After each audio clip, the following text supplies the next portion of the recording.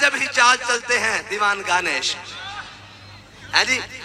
रियासत का काम है ट्रैफिक चलाना, ये काम भी इंशाल्लाह लबैक वाले सुबह करेंगे। करोगे भाई? हम वहां जाना है ट्रैफिक की रवानी के लिए, ताकि ट्रैफिक रवां दवा हो जाए, एम्बुलेंस से गुजर सके, गाड़ियां गुजर सके, मरीज गुजर सके, बसें गुजर सके, ट्रैफिक की रवानी मुतासर ना हो। हमने जाकर सुबह खंदकें भरनी है, रवाना करना है इंशाअल्लाह।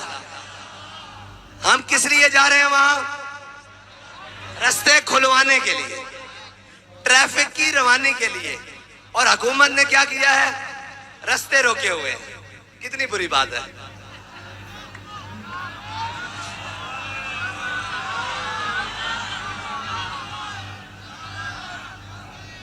रास्ते रोकना कितनी गलत बात है।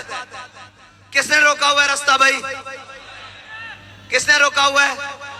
हमने सुबह जाकर क्या करना है? रास्ता खुलवाना है, ट्रैफिक की रवानी बहाल करानी है और खंदकों को भर के बराबर करना है रोड के, ताकि गुजरने वालों को ज्यादा जंप ना लगे। ये हमारा इंशाल्लाह सुबह का प्लान है। आप जरा नारा लगाएं सारे हाथ खड़ा करके।